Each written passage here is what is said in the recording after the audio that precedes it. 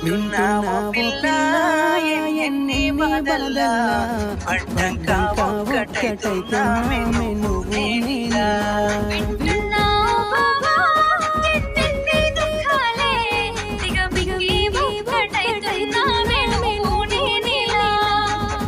కోపమచ్చి మాటలంటని చెయ్యి దెబ్బ అలిగి నువ్వు ఫోను చేతు తెల్లారి